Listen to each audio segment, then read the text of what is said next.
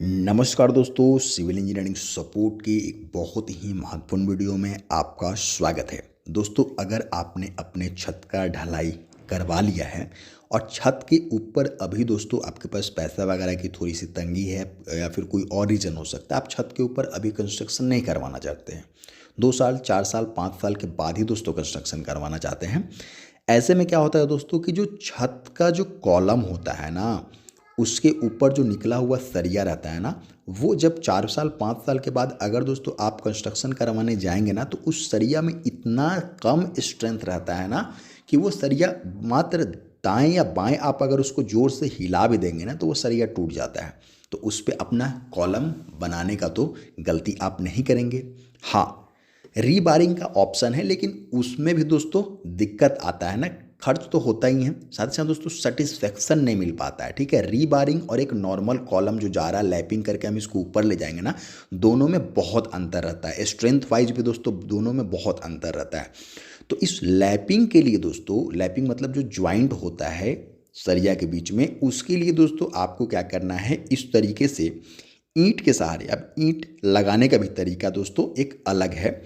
और साथ ही साथ दोस्तों ये तरीका बच्चे को सुरक्षित जगह भी प्रदान करता है खेलने के लिए। बहुत ज़्यादा देखने को मिलता है कि लोग बच्चे को छोड़ देते हैं छत पे और फिर वो दोस्तों सरिया वगैरह में चोट लग जाता है। ठीक है दोस्तों, आपको इस तरीके से ईंट रखना है। ठीक है, दोनों ईंट के रखने का तरीका देखिए। ठीक है, एक ईंट दोस्तों आपको मात्र 3 इंच का हाइट देता है, जबकि दूसरा ईंट दोस्तों, ये आगे वाला ईंट आपको दोस्तों 4.5 इंच का जो है वो हाइट देता है। ठीक है, तो ये हमें दोस्तों हाइट कवर करना है। ठीक है, ना कि चौड़ाई लंबाई।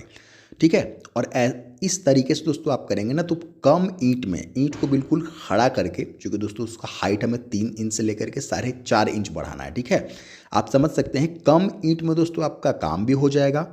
बहुत चौड़ा अगर बना देते हैं ना इस चीज़ को, पेडेस्टल को, तो बहुत भद्दा भी लगता है, तो उस चीज़ से भी हमें बचना है। और साथ ही साथ दोस्तों इसमें स्ट्रेंथ भी ज़्यादा रहता है, तो इसके ऊपर चाहें आप दोस्तों, इसको कवर करने के बाद में आप चाहें तो छोटा पतला सा इस पे स्लैब भी दोस्तों रखा जा सकता है। इसी वीडियो में मैं आपको दिखाने वाला हूँ, तो वीडियो पे बने रहिए।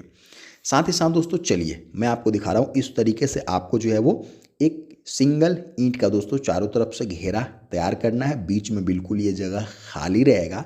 उसके बाद वाला प्रोसेस ये देखिए, मिस्त्री दोस्तों लाइव मैं आपको दिखा रहा हूँ, इस तरीके से इसको तैयार किया जा रहा है। ठीक है, सिंगल ईंट से और ज्वाइंट को एक जगह नहीं रखना है, वरना दोस्तों बच्चा खेलने अगर आएंगे ना, तो फिर भी दोस्तों थोड़ा सा धक्का में भी ये टूट जाएगा। इसलिए दोस्तों इसका जो ज्वाइंट है उसको प्रॉपर करना होगा। ठीक है, और आप देखेंगे ये बन करके ये तैयार हो गया। ठीक है, ये पेडिस्टल बन करके तैयार है। कुछ इस तरीके से आपको पहले तो ब्रिक वर्क करवाना है। ब्रिक वर्क जब दोस्तों सेटल हो जाए, ठोस हो जाए, ठीक है, उस समय आपको क्या करना है, इसके नीचे में इसके इसके इसके बीच में देखेंगे दोस्तों बिल्कुल हॉलो है, बिल्कुल खाली है। आपके पास 2 ऑप्शन है, या तो दोस्तों आपका जो कंस्ट्रक्शन वेस्ट है, जो भी दोस्तों आप कंस्ट्रक्शन से निकला हुआ जो वेस्ट है दोस्तों, डस्ट वगैरह है या फिर दोस्तों सीमेंट वगैरह का या बालू वगैरह का जो भी दोस्तों वेस्टेज है ना, उसको इसके अंदर में आप डाल सकते हैं, पूरा तरीके से दोस्तों भर सकते हैं। ठीक है, और दूसरा ऑप्शन ये है दोस्तों कि आप इसके ऊपर एक पतली स्लैब ढलवा सकते हैं। स्लैब ढलवाने का ऑप्शन और ज़्यादा अच्छा है दोस्तों, क्योंकि ये एक टेबल का भी काम करता है। ठीक है, आप बगल में चेयर लगा करके कुछ नाश्ते वगैरह का आनंद भी ले सकते हैं। ठीक है, और बच्चे वगैरह के लिए काफ़ी सेफ हो जाता है। ये देखिए, ये जो कंस्ट्रक्शन वेस्ट है ना, इसका तो कोई काम नहीं है, तो इसको दोस्तों कॉलम के अंदर में आप डाल सकते हैं। ठीक है, इससे आपका सरिया सुरक्षित रहेगा, आपके घर के जो बच्चे हैं, बुजुर्ग हैं, व्यक्ति है, कोई भी दोस्तों सुरक्षित रहेंगे। क्योंकि इस तरीके से अगर सरिया बाहर निकलता है ना, तो एक हमेशा टेंशन बना रहता है कि किसी को कहीं चोट ना लग जाए, कोई अनहोनी ना हो जाए। ठीक है, इसलिए दोस्तों इसको ब्लॉक करवाना ही सही रहता है। और जब भी दोस्तों आपको कंस्ट्रक्शन का मूड हो, आपके पास पैसे आए, 2 साल 4 साल 5 साल 10 साल के बाद में आप इसको तोड़ करके लैपिंग दे सकते हैं। आपको जुगाड़ वाला कॉलम नहीं, बल्कि एक जेन्युइन कॉलम बनाने का ये ऑप्शन मिलता है।